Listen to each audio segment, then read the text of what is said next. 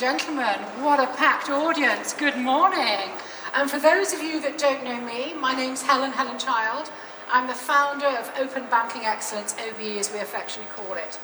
OBE started off as 38 pioneers in a room talking about open banking back in the day. I'm very, very proud to say, and I have to pinch myself sometimes, we are now a global community of 34,000 banks, FinTechs, regulators, policymakers, and service providers around the world.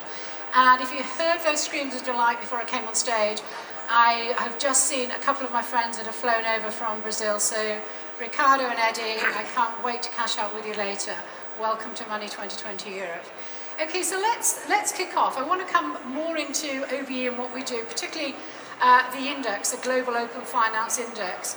It's the first data-driven report of open finance around the world.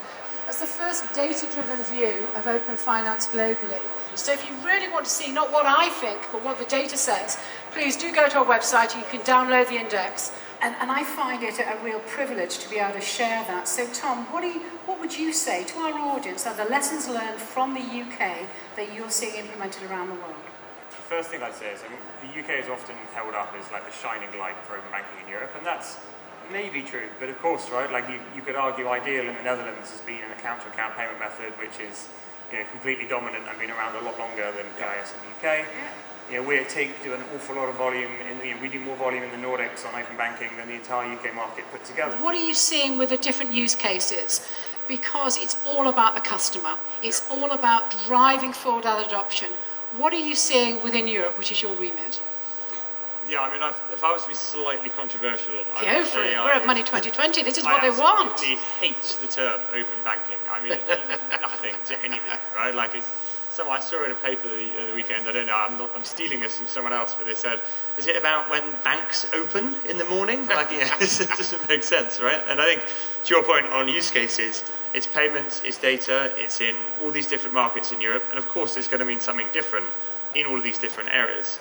So I think one of the things we're driving really hard is that actually it's kind of meaningless to talk about selling open banking.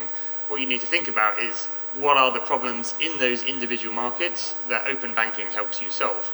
Sometimes that's a data-related problem, sometimes that's a payments-related problem, sometimes you can bring the data and the payment together to solve a problem in a new way. But I get kind of frustrated when people talk about kind of TIG as an open banking company, because I don't think that means anything, right? I want to be a payments company, or I want to be a database payments company. So they say that data is the new gold, don't they? So Nick, would you agree? Yeah, I'll pick up on something Tom said. Please. When you look around, if you think about the payment side, it's exactly right. When you look at different countries, I always scratch my head at the UK and thought, you go and spend time in Poland and look at BLIK. Yeah. So it's a superb example of how an existing infrastructure, account-to-account payments works.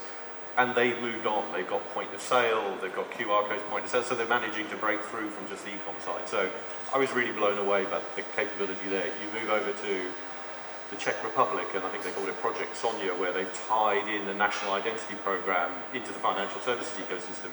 So now you've got real use outside of just the financial services ecosystem to be able to go and think about how consumers live their lives, how they manage their relationship with the state.